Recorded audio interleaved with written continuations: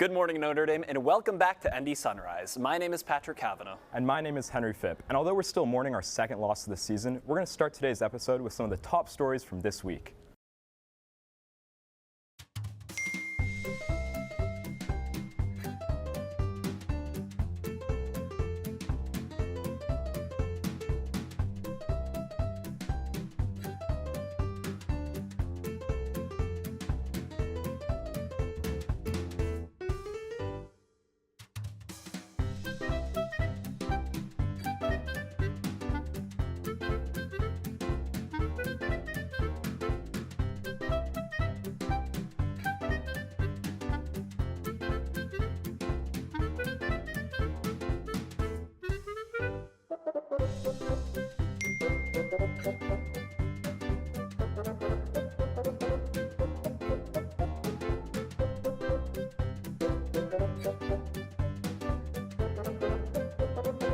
Welcome back. If you've noticed all the construction around Notre Dame's main circle, you might be wondering what it's all about. Well, later today, Father Dowd will rededicate the circle in honor of 50 years of woman at Notre Dame. The redesign is meant to be a tribute right at the heart of campus, celebrating the many ways women have inspired, led, and enriched our community. The dedication is from 3:30 to 4 p.m. this afternoon and will take place at the main circle.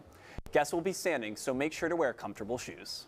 Notre Dame continues to welcome high-profile political figures to campus. Just weeks after hosting U.S. Supreme Court Justice and former Notre Dame law professor Amy Coney Barrett, the next Democracy Talks series will feature a conversation with two sitting governors. Tomorrow, Utah Governor Spencer Cox, current chair of the Western Governors Association, will take part in the discussion. He's recently been in this national spotlight amid the shooting of Charlie Kirk at Utah Valley University. Joining him is New Mexico Governor Michelle Lujan Grisham, the first Democratic Latina governor in U.S. history. Together with Notre Dame President Father Robert Dowd, they'll discuss pragmatism over polarization. The event was originally slated to happen in the Danke Ballroom, but will now take place in the Layton Concert Hall and the DeBartolo Performing Arts Center, as the university is expecting more guests. Guests will also now have to go through a security checkpoint to enter the event. 5 houses, 5 days. That was the challenge, and Notre Dame delivered. As part of Father Dowd's inauguration last fall, the university partnered with Habitat for Humanity to design and build 5 brand new homes in South Bend. Nearly 750 students, faculty, and staff came together, raising walls, painting, and hammering nails. And today, the very last family will officially move in.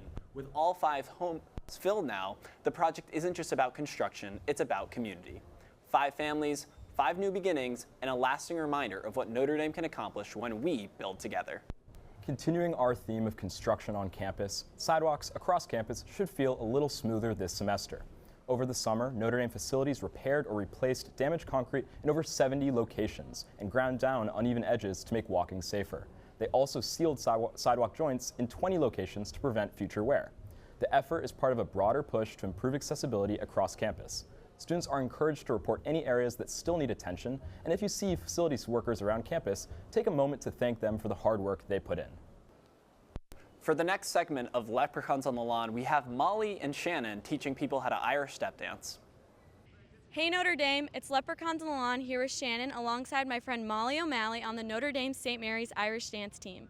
I don't know if you guys know, but this week marks half St. Patty's Day on September 17th. And in order to celebrate, we're going to see if you guys are tailgate ready with your Irish jig. Molly's going to do a dance move, and we're going to put you guys to the test. Our first contestant is Gabe, and we're going to start easy with a leap. Molly? Let's see it, Gabe. Okay, it's pretty good. Next contestants here, we have Caitlin, Caroline, Bryn. All right, Molly, what's our next move? We're going to do a bird. Ready? All right, let's see it, girls. You got it. Okay, I like it. She knows what she's doing. All right, thanks, girls. Who am I here with today? My name is Patrick. All right, Patrick, today we're going to be doing a click. Molly, let's see it. All right, Patrick. Oh, it's pretty good. It's pretty good, Patrick. Pretty good. Okay, all right, who am I here with today? What's up? I'm Fitz. I'm Quinn. I'm Jordan. Okay, we're going to see if you guys are tailgate ready. Molly, what's our next move? We're going to do a leap. All right? Okay. What? Oh, all right, you got it. You got it. All right. Wait, can you do You one more got time it. for the people at home? Okay, pretty good. Let's see it. Oh, you got this? Yes, that's pretty good. You guys are ready for this weekend. Next up, we're going to see if Kathleen is game day ready. Molly's going to do a kick. Okay, let's see it, Kathleen. It's pretty good. It's pretty good, Kathleen. All right, who am I here with today?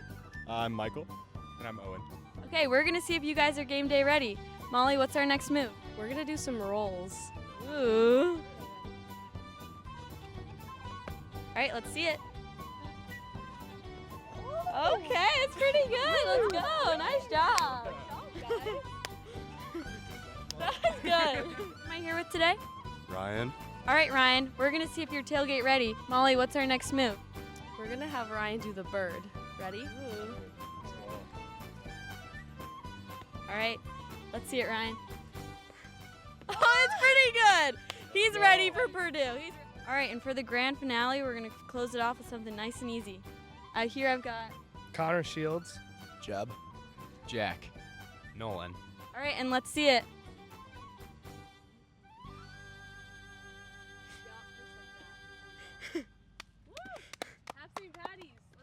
I don't know about you, Henry, but I don't know how one Irish step dance. If that were me, I'd look like a fish out of water. Yeah, thankfully we don't have to try it. But speaking of things we do understand, did you catch last week's episode of The Summer I Turned Pretty? I heard things got pretty intense. Let's see what Sydney and Lily have to say. Thanks, guys. I'm Lily. I'm Sydney. And today we're here to talk about the finale of The Summer I Turned Pretty. Very long awaited. When I was home, I was like, I'm going to be at school for when the finale comes. But we have many thoughts. We're going to start with what everyone was anticipating after last episode, Belly's haircut. The haircut. As a girl with long hair, I mean, I liked her old hair. I don't hate the new hair, but thoughts?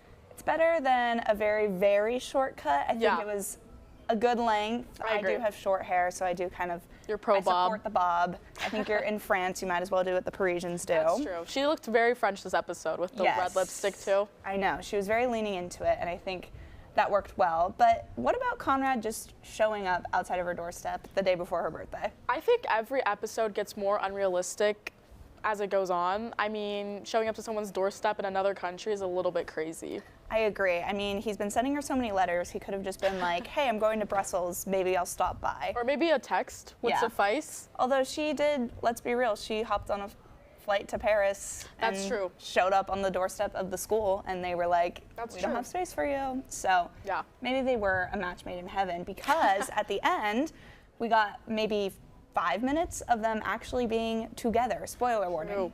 Sorry, we'll put that at the beginning. Yeah, But right?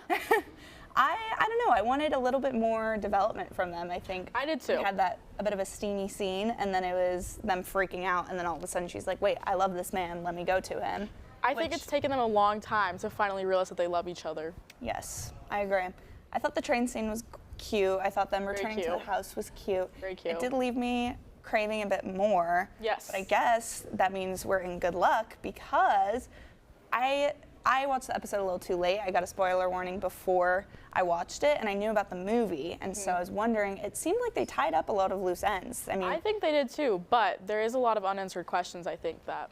that's true. Is Jeremiah really going to go out and be a chef? Be a chef. 'Cause they spent half an episode talking about it. And Steven and Taylor are moving to San Francisco. I know. That'll be interesting to see. I'm wondering what time frame the movie's going to take place in. Yeah. Wonder if it's going to be an epilogue or maybe just like a little bit of added scenes. What's going to be the drama? Yeah, I Show's want all to know about the what more drama. drama could they bring to the table. I want to see them happy for maybe like 5 minutes longer. And maybe some therapy sessions for everybody in this family. Agreed. Well, overall, I think a great finale. I'd give I it agree. honestly like 10 out of 10 if I'm being real. So I would enjoyed I. watching it so much. But I think that's all we have. Once the movie comes out, we'll figure out when that is, and we'll be back up here It's to not supposed discuss to it. come out till 2027 though, so might be a couple years. I might be graduated by then. We'll see. I'll still be here. Very nice. Well, we'll take it back to the desk. Thanks, Sydney and Lily. And speaking of The Summer I Turned Pretty, I heard Patrick's still waiting for his turn. No, Henry, that happened last summer. Anyways, I heard we're going to be getting some summery weather this weekend. So here's Kirra with the forecast. Thanks, guys. Good morning. My name is Kirra and I'm here with your weekend weather forecast. Let's start with today's weather. It's going to be a mostly sunny and warm football Friday with a high of 86 and low of 59. We're going to have some winds out of the southeast at 5 to 10 miles per hour. A beautiful day to kick off your weekend. And now let's get into the game day forecast. Your tailgate temperatures will start out around 68 and cloudy at 9 a.m., warming up to about 75 and partly sunny by noon. There's a slight chance of an isolated shower late morning into early afternoon, but those should clear out just in time for some Irish football. Your kickoff forecast at 3:30 is 80 degrees and partly sunny with light winds from the east-southeast at 5 to 15 miles per hour.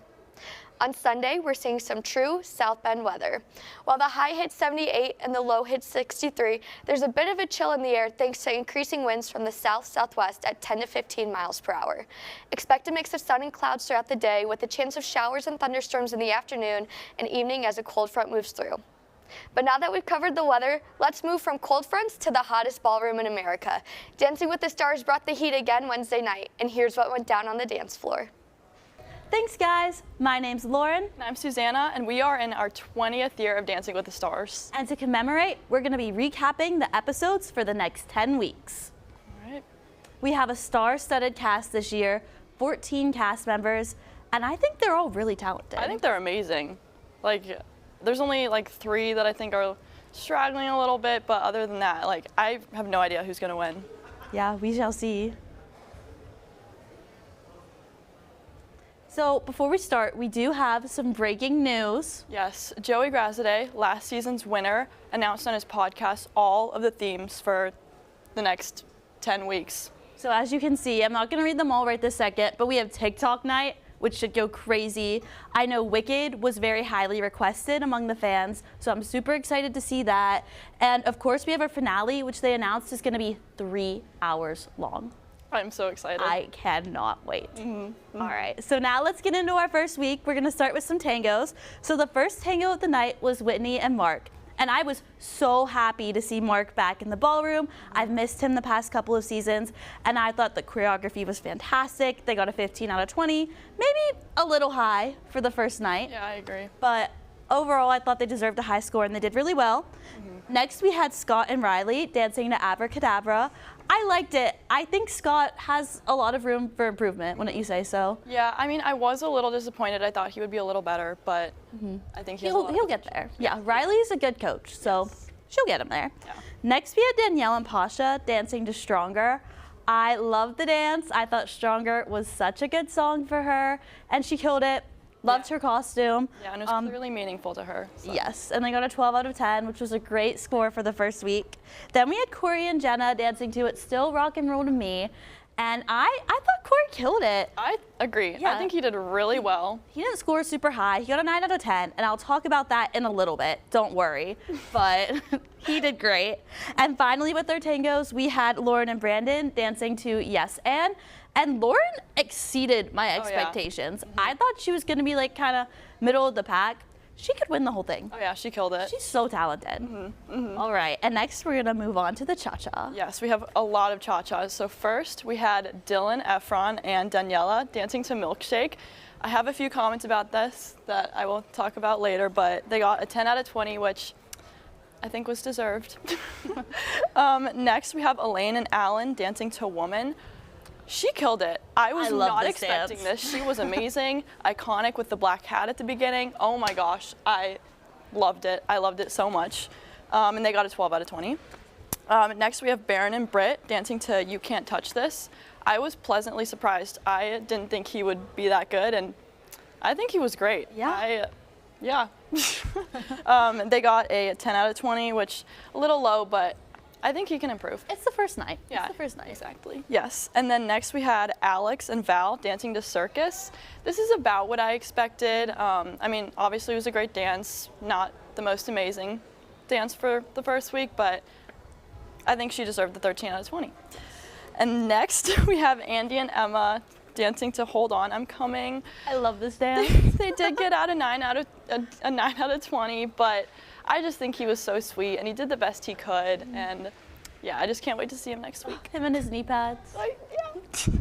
And finally, for our last cha-cha, we had Hilaria and Gleb dancing to Let's Get Loud. It was pretty good. They got a 14 out of 20. I mean, yeah, there's not much else. She was great. She has ballroom experience, so. Yeah, she does have a little bit of a one-up. She's older, but she's got that ballroom expertise. So moving on to the salsas. First up, we had Jordan and Ezra dancing to Break My Soul by Beyonce. They did make sure to thank Beyonce, guys. Don't worry. But I think they could have done a little bit more salsa in the salsa. I know Jordan's a very decorated gymnast, and she was doing cool tricks and cool lifts, but I wanted to see some more salsa, and I agree with the 10 out of 20. Sorry. And then we had Jen and Jan. Jen danced very well, I thought. A pretty solid salsa. Definitely a lot more salsa than Jordan and Ezra showed. Yeah, I have some controversial opinions that I will mention later, but yeah. All right, now we have our jive, our only jive of this week, and it was Robert and Whitney to Born to Be Wild. They killed it. Oh my gosh, I love Robert Irwin so much, and I was a little scared that he wasn't going to be that good because I was going to vote for him regardless, but now it's justified. And they got a 15 out of 20, which was tied for the top score of the night. So, yes. Now we're going to move on to some of our favorite dances. So personally, we hinted at this earlier, I loved Elaine's dance. That top hat, oh, I love it. She's so back. She's one of the older contestants in her 50s, guys. And she danced like she was 25 years old. Like, it was amazing, and I cannot wait to watch her the rest of this season. Me too, me too. My favorite dance was Robert's. Oh my gosh. I grew up watching Bindia's sister, and I just think it's so awesome how it's so full circle. He's here 10 years later. But I just, oh my gosh, it was so good. It makes sense that it was the last dance because, yes. Oh my goodness, I cannot stop thinking about it. I can't stop watching it. Oh my gosh. Well, now we have our least favorite dances. Now, these are not the worst dances of the night. Yeah. They're just the ones that we liked the least. And my least favorite dance, I hinted at this earlier, was Jordan and Ezra. I'm sorry, guys. Like, you didn't salsa in the salsa. That's the whole point. And my least favorite was Jen and Jan's. I just think there was too many lifts and not enough dance. Yes, it's amazing that she had a baby 8 weeks ago. She looks incredible. She did incredible. But the fact that Corey put in more steps than her was a little, I don't know. I didn't like it as much. All right, now we do have hot takes for you, so don't worry. My hot take was that Corey needed to be scored higher. This man is 54 years old and doing high kicks. And he got scoliosis. I can't do a high kick, and I am 20. Like, this is insane, and the fact that Derek gave him a 4, I have major beef with Derek right now. Yeah. Justice for Corey. Facts. My hot take was that Dylan's dance, I don't know, it just didn't sit right with me. He was really stiff, which, understandable, it's the first week, but I don't know, it just gave me a weird vibe. Yeah, I don't know. All right, now moving into next week, there were no eliminations for this show, but there will be 2 next week. So I think personally, the eliminations are going to be Barron and Britt and Corey and Jenna. I just don't think they're gonna have the fan votes that the other stars are gonna have, and their scores were already lower than the other contestants. How about you, Suze? I agree with Barron and Britt. I think he was great. He wasn't the worst, but I don't know. I just can't see a lot of people voting for him. And my next one is Andy and Emma, sadly. Like, I don't know. He's just can't move as well. I know, but he's I feel older. so bad. He's up He's there. trying his best, and he's so happy. I'd love to watch him dance. Yeah. But, well, thank you for watching our first week 1 recap, and now we're sending it back to the desk. Thanks, Lauren and Suze. Henry might not have the moves for dancing with the stars, but he definitely has the moves when there are carbs involved. Patrick's right, and speaking of carbs, one of Notre Dame's tastiest traditions is back this week. Lewis Hall will host its annual Lewis Hall of Pancakes late night breakfast tonight. Students can stop by from 9 p.m. until midnight or while supplies last to enjoy stacks of pancakes for just $5 a plate. Limited edition t-shirts will also be available for $15. The Farmers Market is back at Notre Dame today on South Quad from 10 to 2. More than a dozen local vendors will be here with fresh produce, baked goods, and handmade items. It's the perfect chance to shop local and enjoy some fresh finds right on campus. Next week, Notre Dame students will have the chance to hear directly from a member of Congress. On Thursday, September 25th, Congressman Frank Mervyn of Indiana's 1st District will join a moderated conversation in Jenkins-Nanovic halls. Representing Northwest Indiana, Congressman Mervyn will discuss his career as a public servant, his priorities on Capitol Hill, and his efforts to bridge the partisan divides. This event is co-hosted by Student Government, the Hesburgh Program in Public Service, and the Notre Dame Washington Program. The discussion runs from 2 to 2:45 p.m. in room 1030 of Jenkins-Nanovic Hall. Notre Dame takes on Purdue University this Saturday for the 89th time. Check out Shamrock Sports, airing live today at 3:30 in the Duncan Student Center and on our YouTube page for a preview of the matchup. And that's all we have for today's episode of ND Sunrise. Thank you for tuning in this morning, and from all of us here at the studio, we hope you have an amazing rest of your day. Go Irish!